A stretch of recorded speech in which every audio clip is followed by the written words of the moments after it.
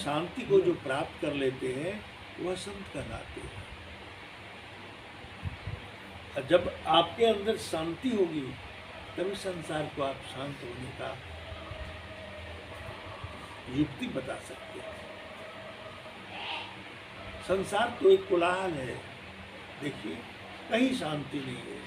स्वार्थ के झगड़े में सब लोग पड़े हुए हैं, ये चाहिए वो चाहिए। मन को नए नए, मन का इतना बड़ा पेट है कि आप संसार की सारी दौलत दे दो लेकिन यह मन भूखा का भूखा ही रहता है।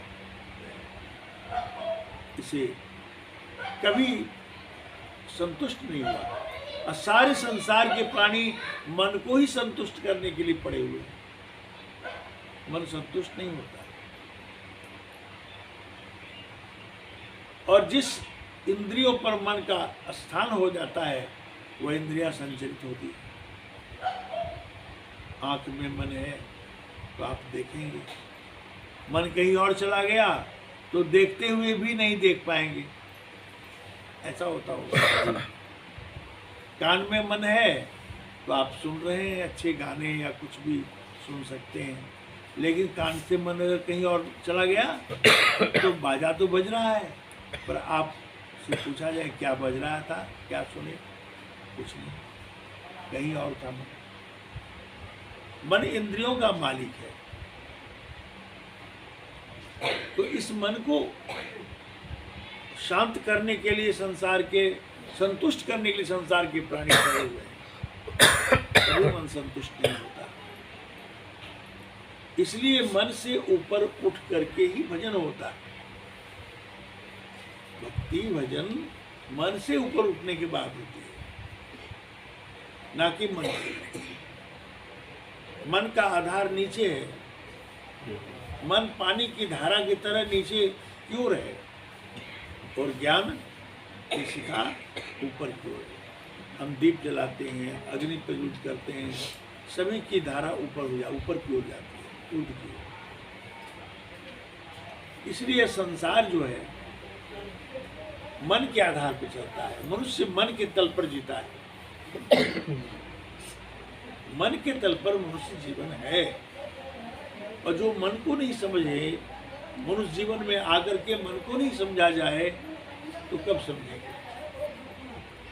जोनियां तो अनेकों हैं। संतों का आंकड़ा है कि 84 लाख जोनियां हैं, लेकिन उन जोनियों में भी मन साथ है, पर उस जोनियों में मन को समझा नहीं जा सकता है, मन से ऊपर नहीं उठाया जा सकता है और भक्ति नहीं की जा सकती है। ये मनुष्य ही एक ऐसा प्राणी है जिसमें कि ये सारी क्षमताएं हैं, लेकिन आज मनुष्य की वो दशा है कि निम्न योनियों के जीव जंतुओं से भोजन सीखते हैं। वो भोजन करते हैं, मांसाहार करते हैं, तो मनुष्य भी सोचा कि ये तो ऐसे ही खाता है, इसे अगर मसाले के साथ बना के खाया जाए जरूर टेस्टी होगा। सारे संसार खाने लगे, खा ही नहीं। और यह विचार नहीं हो करते कि हम मनुष्य हैं, हम सभी प्राणियों में श्रेष्ठ हैं, देवताओं से भी श्रेष्ठ हैं मनुष्य। तो मनुष्य हो करके हम श्रेष्ठ चिंतन में नहीं रह सकते, हम निम्न दर्जे के चिंतन में चले जाते हैं। क्यों? कि हमारे साथ जो मन है इंद्रियों से इनके विषयों की ओर अपनी शक्ति प्रदान कर उसे अख्तियार करना चाहते हैं। मन की जितनी कल्पनाएं हैं वो सभी विषय में आता है। साहब ने कहा है विषय त्याग वैराग्य है, समता कहिए ज्ञान। विषय का त्याग ही वैराग्य कहलाता है, ना कि कपड़े हम बदलने, तो वैरागी हो जाएंगे। ऐसी बात। वैराग्य क्या है? बिना राग का हो जाना। राग का अर्थ है मोह। संसार के विषयों में हमें जो अच्छा लगता है उसकी ओर हम हमेशा प्रेरित रहते हैं। इससे हमारी चेतना उठ करके उलट करके ऊपर हो जाए, इसे वैराग्य कहते हैं। न कि विषयों को ग्रहण करने वाले कपड़े रंगा लिए या सफ़ेद वस्त्र पहन लिए, दाढ़ियाँ बढ़ा ली तो संत साधु हो गए, वो बात नहीं है। वैराग्य या संन्यास यह सब वहाँ शुरू होता है जहाँ मन की अवस्था है इंद्रियों से सिमटकर आत्मचेतना के पीछे पीछे वापस, यानी कि क्या कहते हैं, लौटने की दशा में, जहाँ चेतना अपनी अवस्था में आती है वहाँ पर मन जाकर के रह जाता है। फिर यह वहाँ मन का कार्य नहीं होता। यह मन तो हमारी शक्ति से ही चलता है और हम ही को खाता है। यह मन जो है हमें ही खाता है। अब कहें कैसे खाता है?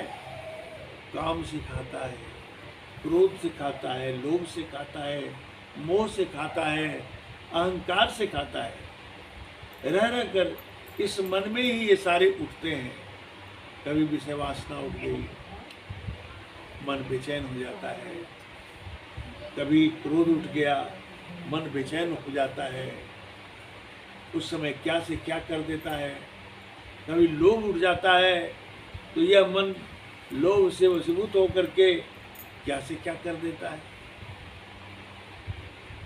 मोह उठ जाता है तो अब मोह के कारण इतना बड़ा विशाल कराल है मोह का जाल कि जीव उसमें जाके फंस जाता है। परिणाम अंततोगत्वा बाद में होता है इसे। इसलिए मन जो है इन विषयों के पीछे बावला रहता है। कहते हैं कि आप अपने मन को केंद्रीभूत करो। गुरु बताते हैं कि यह मन कहाँ शांत होगा। इसकी अवस्थाएं जो है इंद्रिय मुख होकर के विषयों में जो लिपटा हुआ है, विषयों में अनुराग है, इससे लौटाना होगा, तभी जीव का कल्याण हो सकता है, नहीं तो नहीं सकता। अनंत जोनियां बीत जाए, अनंत जोनियां बीत गई, हम जन्म लेते हैं, कुछ दिन ठहरते हैं, शरीर बूढ़ा हो जाता है, मर जाते हैं और मरने के बाद फिर जन्म लेते हैं। हमारे क्रियाकलाप, हमारे कर्म हमें दग्ध करता रहता है। पहले किए हुए कर्म, उनके संस्कार हमारे चित्त में बैठा हुआ है और हम जो है उस चित्त के प्रभाव में हम जो चाहते हैं वह नहीं होकर दूसरा हो जाता है, क्योंकि वह प्रारब्ध रूप में प्राप्त हो चुका है। अब तो उसका लीक बन चुका है। हम चाहें इधर चलने तो चल नहीं सकते। वह हमारा प्रारब्ध अगर इधर चलने का है तो मुझे लौटा देगा। वो किसी ने नहीं बनाया, हमने तैयार किया है। हमने अपने जीवन में जो जो कर्म किए हैं, जन्म जन्मांतरों से तो कर्म ही होता है। आज हम बाल बच्चेदार हो गए, हमारे पुत्र हैं, पुत्र हैं, पौत्र हैं, सभी हैं। अब उनके व्यामोह में हमारी चेतना विलोम कर रही है। अब वह हमें उसके मोह में, जाल में हम फंसे हुए हैं।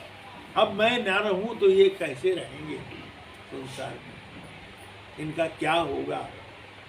अब ये चिंता ये दिखाई जा रही। अब जीवन उसमें इतना तल्लीन हो चुका है कि उससे हम वंचित नहीं रह सकते। तो ये प्रक्रिया जो हमारी जन्म जन्मांतरों से लगी हुई है, आत्मा तो एक यात्री है और योनियां यात्रा है।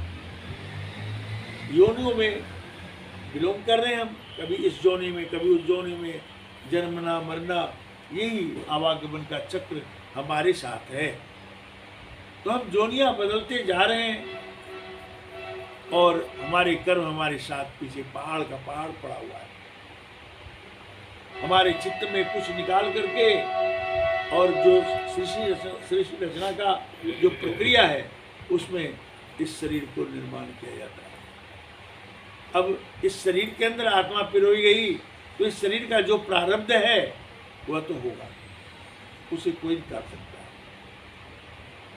इसलिए यह शरीर प्रारब्ध से प्रेरित है। उसके बाद भी अगर संतों का शरण मिल गया, संतों की वाणियां समझ गए तो यह अहोभाग्य है।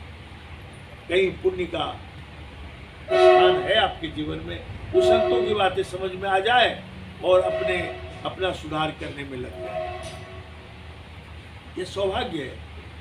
और प्रारब्ध के कर्म भोग तो होंगे ही, लेकिन यदि गुरु संत हैं और उसने बताया कि भाई आप अपने मन को एकाग्र करो, पहले मन एकाग्र करने में समर्थ हुए, हम प्रतिबद्ध होकर के उसमें पड़े हुए एकाग्र करने में, तो धीरे धीरे मेरा मन एकाग्र जैसे जैसे होने लगेगा गुरु के बताए भूमि पर, स्थान पर, तो वहाँ की जो अवस्था है, वहाँ का जो गुण है वह प्रकट होने लगेगा। हमारे मन भी शांत होने लगेंगे, हमारे मन की स्थिरता हमें महसूस होने लगेगी और हम जो है धीरे धीरे धीरे धीरे धीरे धीरे हमारा जीवन कलेवर बदल जाएगा। तो इस ख्याल से हमें जो है संतों के सत्संग में भाग लेना चाहिए, सत्संग खूब सुनना चाहिए और विचार करना चाहिए। मनुष्य जोनी में यह सत्संग अति आवश्यक है। सत्संग कोई प्रसंग नहीं है, सत्संग किसी महापुरुष के जीवन की गाथा नहीं है। जैसे रामायण हुआ, भागवत हुआ, महाभारत हुआ, ये सभी गाथाएं हैं, ये सत्संग नहीं है, ये कथा है, प्रसंग है। लेकिन सत्संग में जो है वह ऑपरेशन किया जाता है, सत्य को अलग और असत्य को अलग करके फिर सत्य को पकड़ने के लिए, उस सत्य के आधार पर अवस्थित होने के लिए प्रेरित किया जाता है, यह सत्संग है। तो हम तो सत्संग को, सत्य को जानने वाले सत्यग्राही हैं। आप सत्य हैं, इसलिए सत्य की चाहत है, सत्य की खोज है। आत्मा सत्य है और चेतन है, आनंद भोगी है। शरीर में आत्मा कहाँ रहती है गुरुजी? हृदय अंतस्थल में, और उसके प्रकाश संपूर्ण शरीर के रोग रोग में। जगह जी, जैसे जगह हृदय में, ये हृदय यहाँ नहीं है, ये तो शरीर विज्ञान का हृदय है, यहाँ होता है। आप देखेंगे कि आपको अत्यंत कभी क्रोध आया होगा, यहाँ जन्म होता है। अत्यंत दुख होता है, अत्यंत दुख, जब दिल करता है कि भुक्कार पाड़ के रो, भबक के रो, तो आपको यहाँ महसूस होगा। दिल के अंदर नहीं है, दिल के अंदर नहीं, अलग वो दिल जो है, हाँ, हम मेडिकल वालों का दिल, हाँ, हाँ, तो वो दिल नहीं, वो तो शरीर की प्रक्रिया को चलाने के लिए, खून का दौरा चलाता है वो तो। हाँ, और अंगुष्ठ प्रमाण में आत्मा का है, जैसे दीपक की लौ है, जल रही है, उस तरह से आत्म प्रकाश, उसी के प्रकाश में संपूर्ण घटाकाश में प्रकाश हो रहा है, और उसी के प्रकाश में मन, इंद्रियां, बुद्धि, चित्त, अहंकार सारे कार्यरत हैं। और वह आत्मा जो हृदय अंतस्थल में है वह परमात्मा से आच्छादित है। परमात्मा सर्वव्यापक है, परमानंद स्वरूप है, सत्य भी है, चेतन भी है और परम आनंद से विभूषित है। आत्मा सत्य है, चेतन है, इसलिए इसे हम सच्चिदा कहते हैं, सच्चिदा कहते हैं। आनंद भोगी है, परमात्मा में यह आनंद भोग रहा था, उससे वंचित हो गया, तो भोगने की जो आदत है वह अब हम प्रकृति में खोज रहे हैं, है तो नहीं। वस्तु कहीं खोजे कहीं भी दिया हुए हाथ, वस्तु कहीं और है और खोज संसार में पा रहे हैं, बाल बच्चों में खोज रहे हैं, धन दौलत में खोज रहे हैं, मान प्रतिष्ठा में खोज रहे हैं, संसार की विभूति वैभव में खोज रहे हैं। इसमें तो वह आनंद है नहीं, वह तो प्रियानंद है, श्रेयानंद नहीं है, प्रकृति का आनंद है। प्रकृति का आनंद क्षणिक होता है, वह आया और गया, आया और गया। दुख विषाद भी होता है, उसके परिणाम भी भोगने पड़ते हैं। नाना प्रकार के दुख हैं संसार में, देख लीजिए दृष्टि फैला करके। तो ये स्थिति है। गुरु जी, कर्म के भोग शरीर भोगता है या आत्मा भोगती है या मन भोगता है? कर्म के भोग तो जीवात्मा को ही भोगना पड़ता है। एक शरीर, हाड़ मांस का शरीर अगर छूट गया, मृत्यु जो होती है तो शरीर छूटता है ये। और इसके शरीर के अंदर और शरीर है, सूक्ष्म शरीर है, कारण शरीर है, महाकारण है, कैवल्य है, और उसके भीतर हंस आत्मा है। इन आवरण से ढकी हुई जो जीवात्मा है वह तो बधा हुआ है ही, उसमें कर्म संस्कार है ही। इसे दोबारा से बताओ गुरु जी। जी, जहाँ जीवात्मा है, जो बिल्कुल लास्ट बिंदु, जैसे शरीर, उससे अंदर शरीर के अंदर जो सूक्ष्म शरीर है कारण कारक सा शरीर है, उसके अंदर कारण शरीर है, महाकारण शरीर है, कैवल्य शरीर है, उसके अंदर हंस रूपी आत्मा है। इतने आवरण हैं, इन आवरणों से ढकी आत्मा है, इनके कर्म गुण संस्कार पड़े हुए हैं। एक हाड़ मांस का शरीर छूट जाने के बाद मृत्यु कहलाता है। इसलिए मृत्यु, यह मृत्यु लोक है, अमर लोक नहीं है, चेतन लोक नहीं है, जड़ लोक है। जड़ शरीर है, प्रकृति जड़ है, चेतन नहीं है, आत्मा चेतन है। गुरु जी, अभी आपने जो बताया कि कर्म के भोग आत्मा भोगती है, लेकिन आत्मा को तो कोई सुख या दुख नहीं होता, शरीर को तो होता है ना। दुख और सुख जो होगा वो शरीर को होगा ना। आप शरीर में हैं, आप आत्मा है, आप शरीर में हैं। हाँ, शरीर में तो आत्मा है। इसलिए शरीर में रहने के कारण आपको दुख होता है।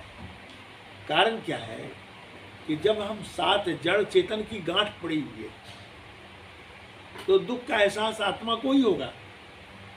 और जब आप इस शरीर से अपने आवरणों को हटा करके अपनी अवस्था में अवस्थित हो जाएंगे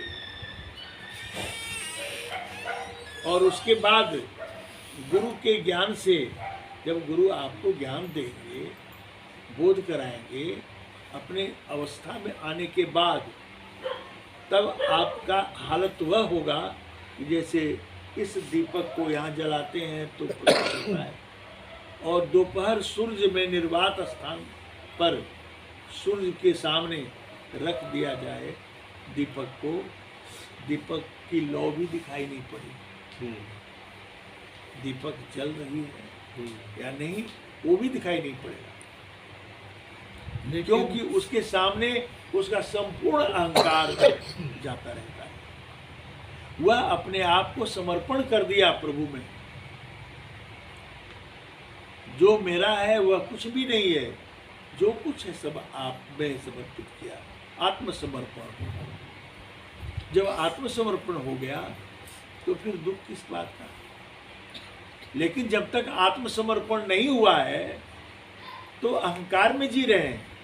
अहंकार का ही यह संपूर्ण आवरण है। स्थूल से लेके कैवल्य तक अहंकार ही है, और अहंकार के बल पर ही संसार में मेरा तेरा ये सारी कहानियां हैं।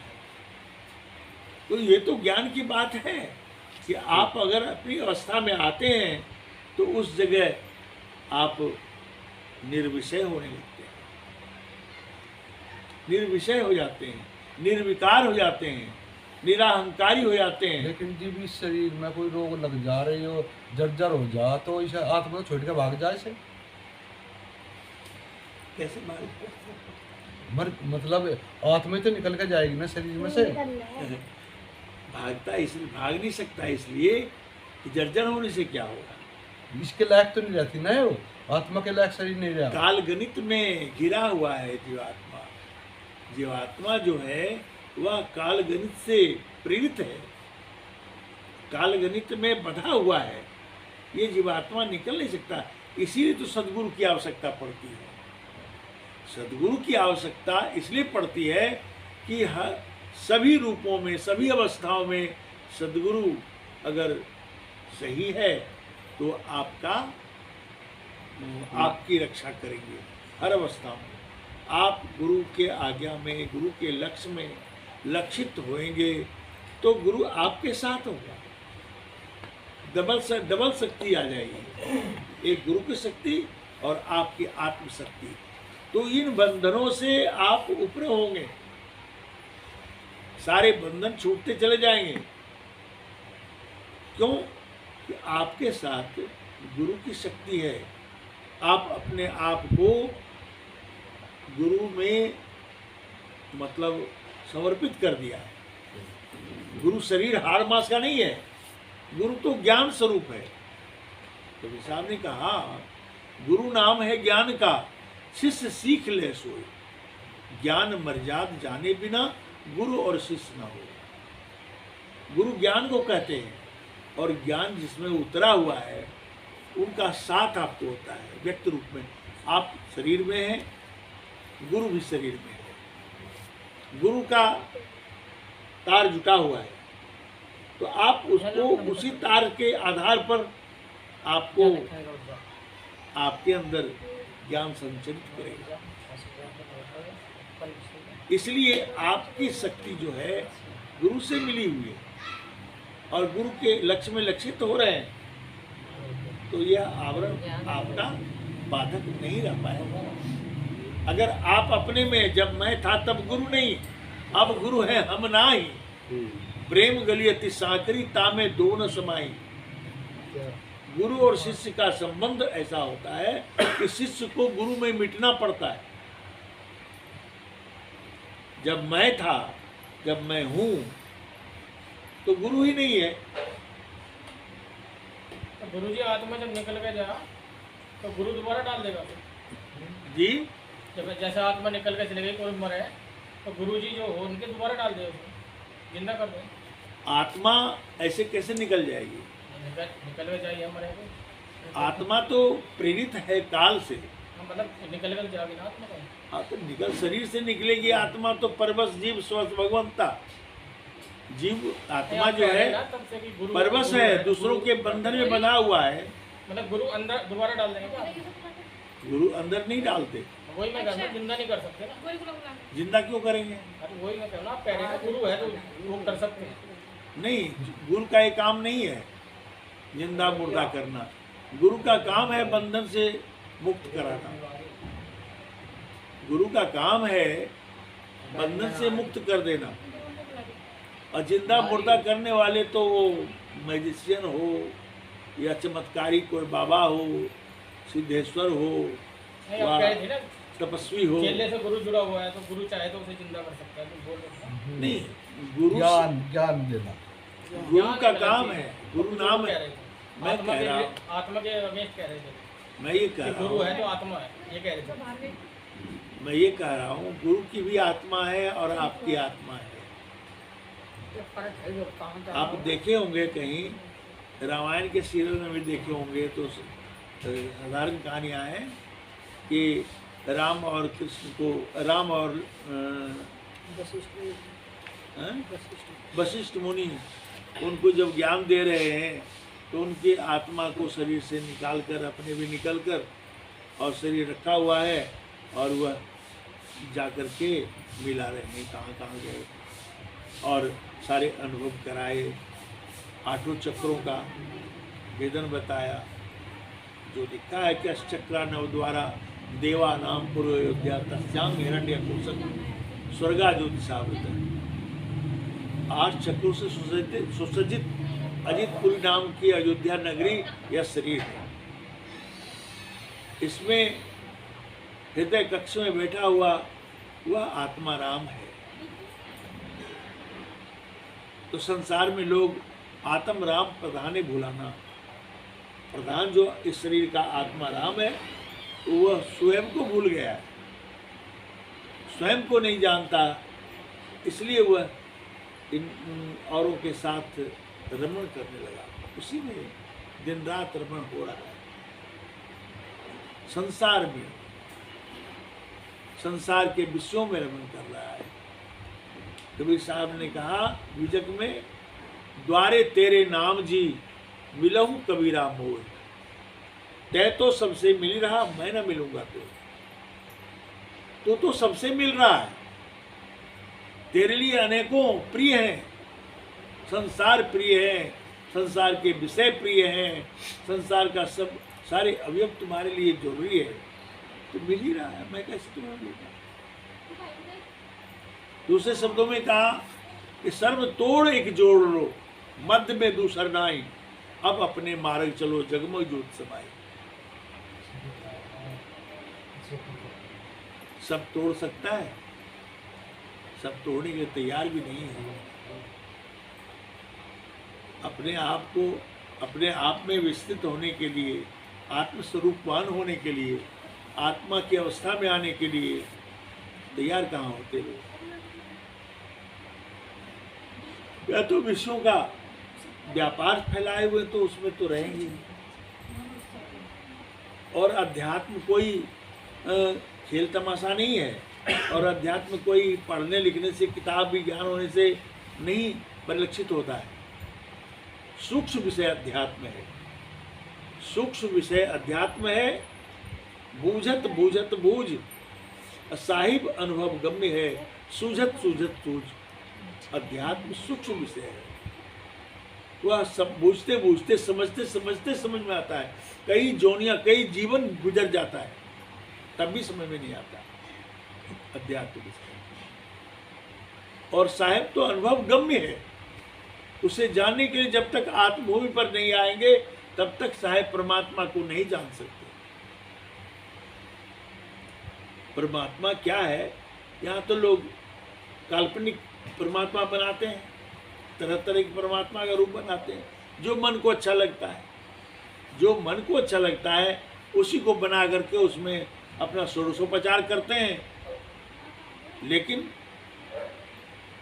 जब अध्यात्म की घटना चाहिए, उस घटना को घटने के लिए तो भाई अपने अंतस में लौटना ही पड़ेगा।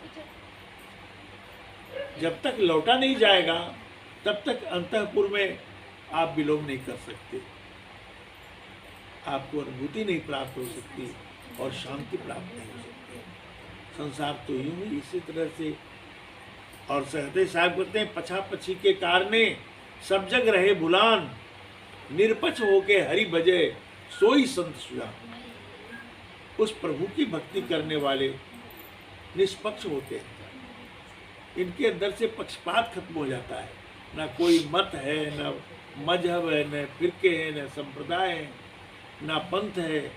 पंथा पंथाई के भेद भावनाओं से अलग होकर के भजन होता है।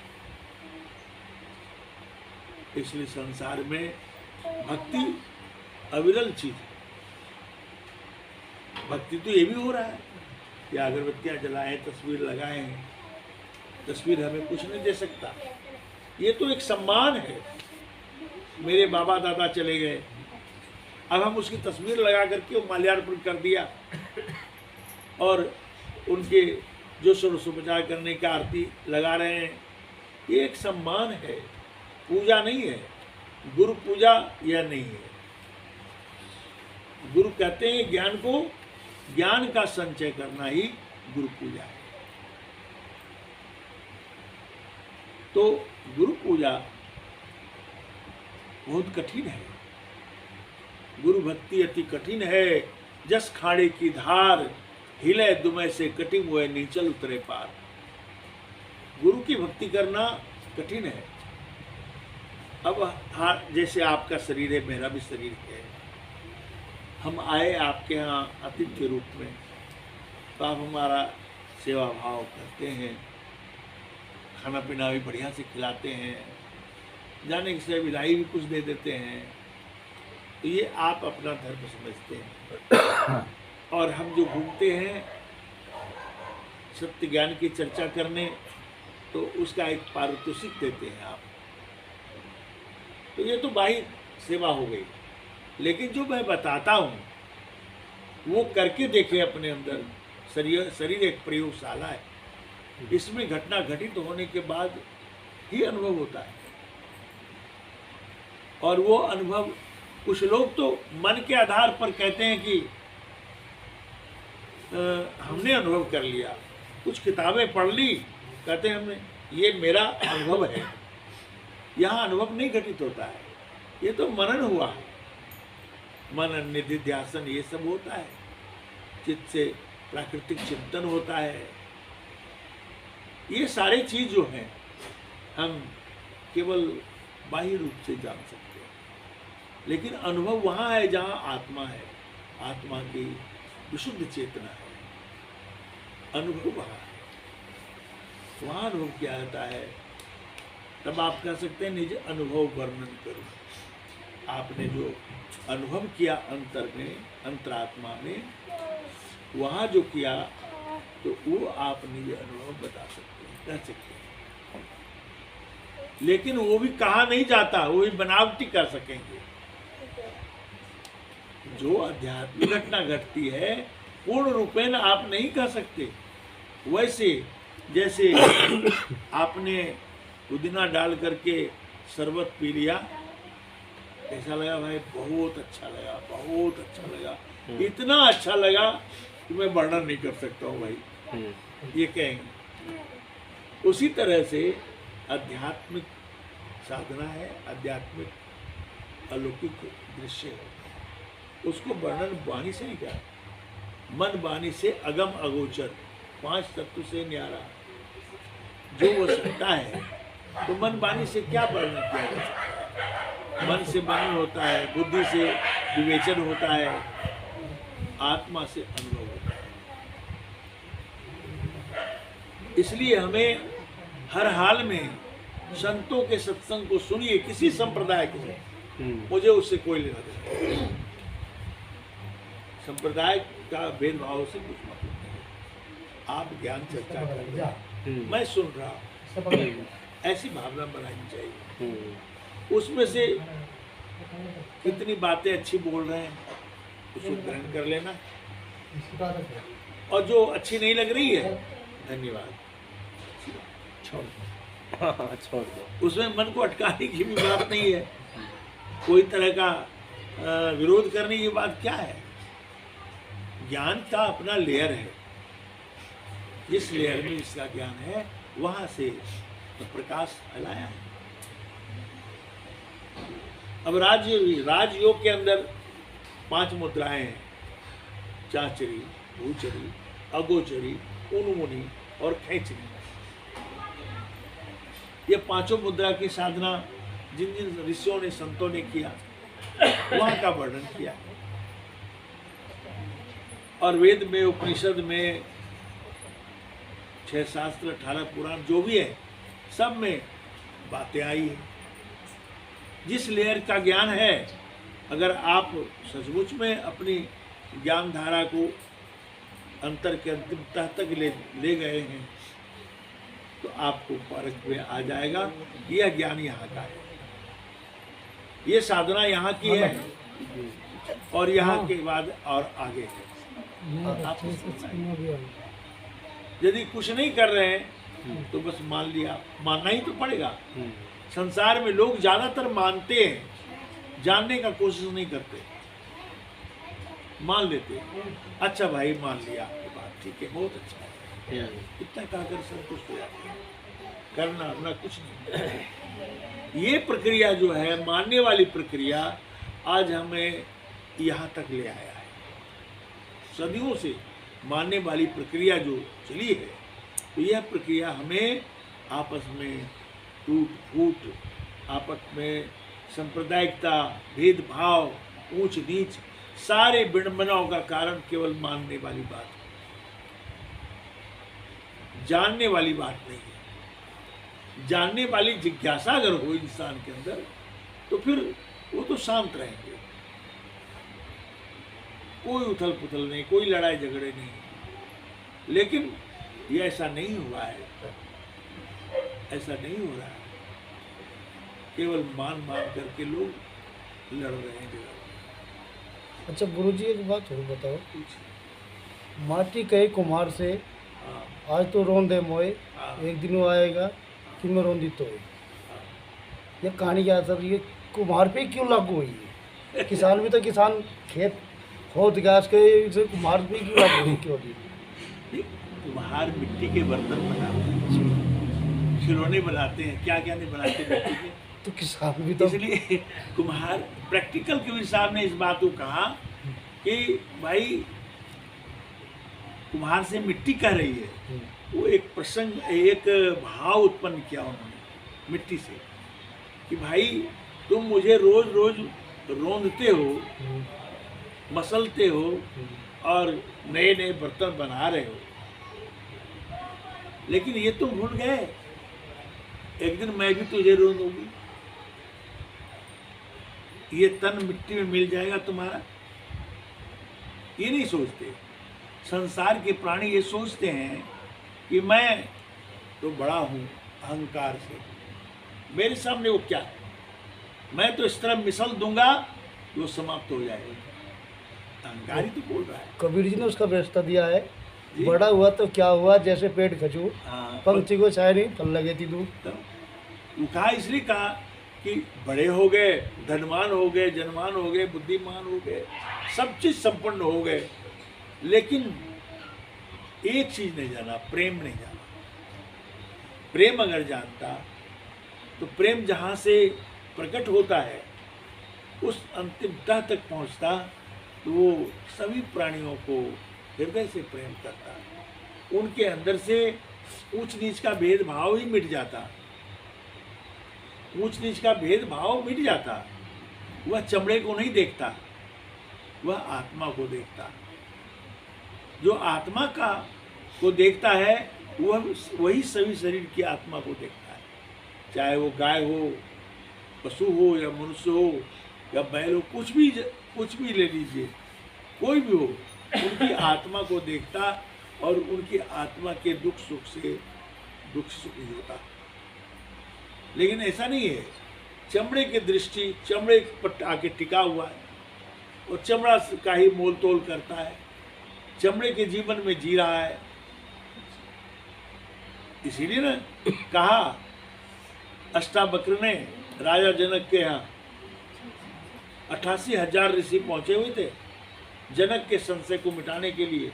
उसने स्वप्न में देखा था कि मैं गरीब हो गया हूँ और भूख तड़प रहा हूँ, किसी ने दाल चावल दिया और मैंने खिचड़ी बनाई, और खिचड़ी बना के मैं स्नान करने गया, 2 सांड आकर के उसको लड़ते हुए पहाड़ी को फोड़ करके धूल दूषित कर दिया, रल मिल गया रेत में और मैं तड़पता रह गया, आंखें खुल गई।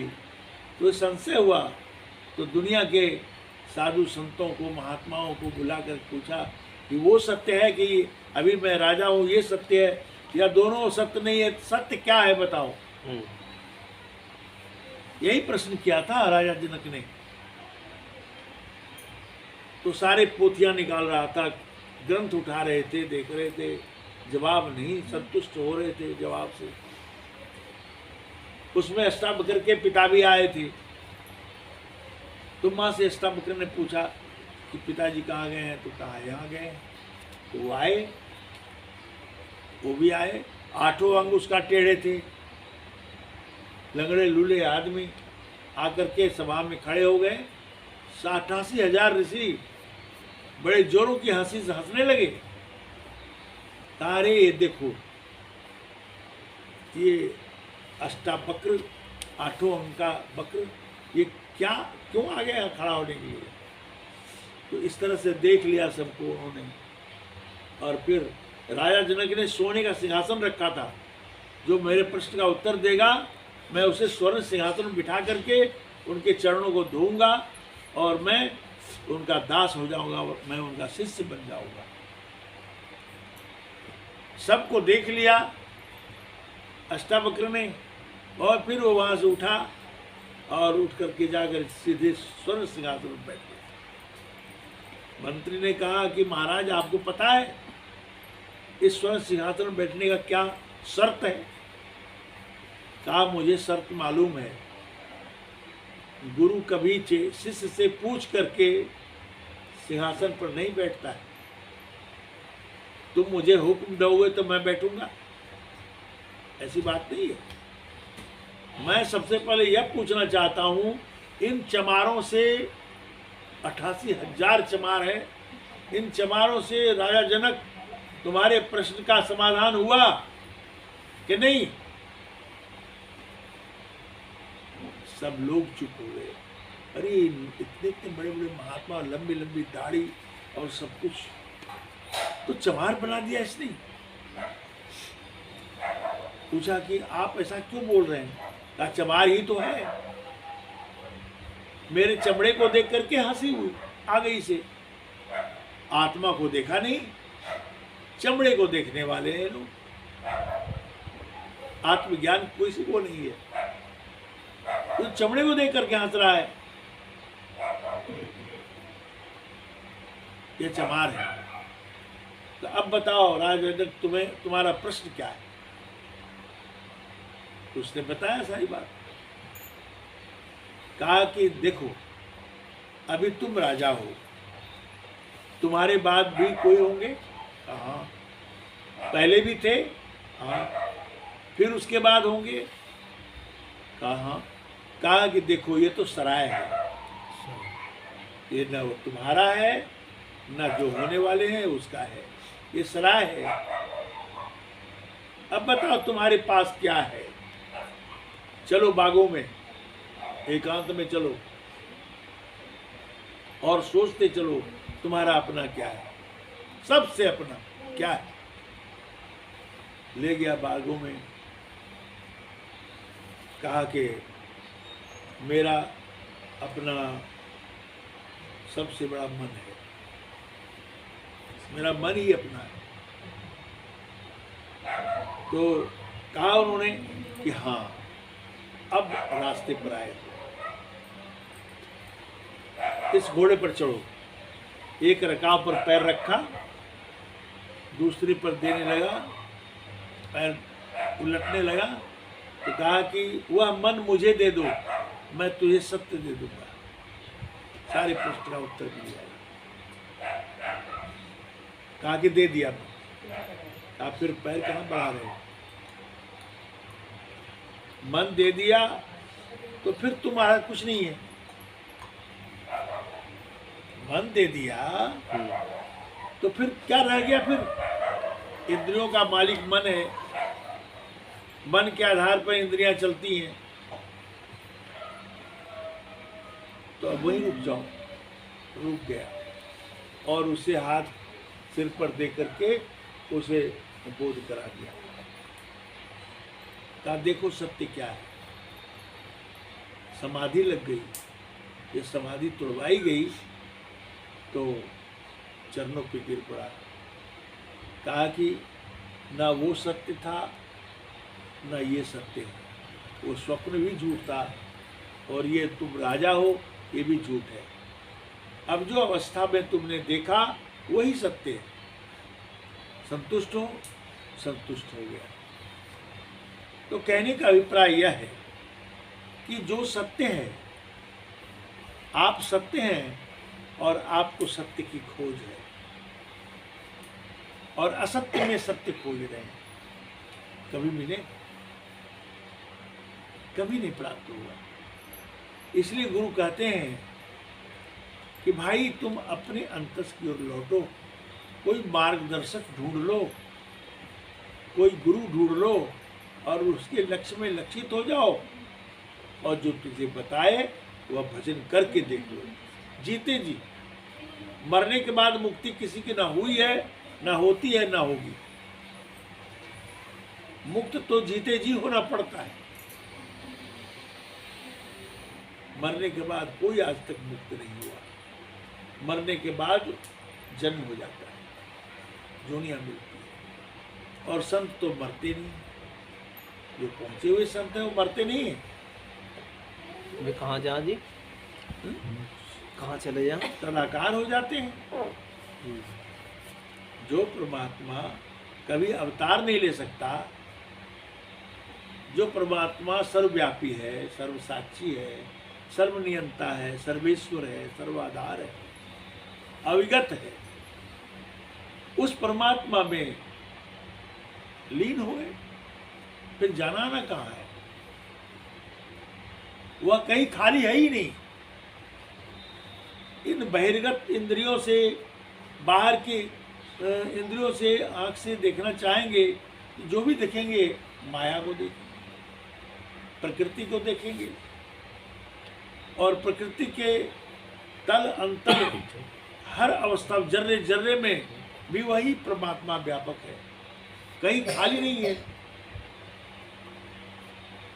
उस परमात्मा को देखने के लिए ये चमड़े की आंख नहीं है, वह आत्मदृष्टि है। जब तक आत्म अवस्था में नहीं आते हम, तब तक आत्मदृष्टि नहीं होती। इस तरह से अपना जीवन, मनुष्य जीवन की सार्थकता इसी में है।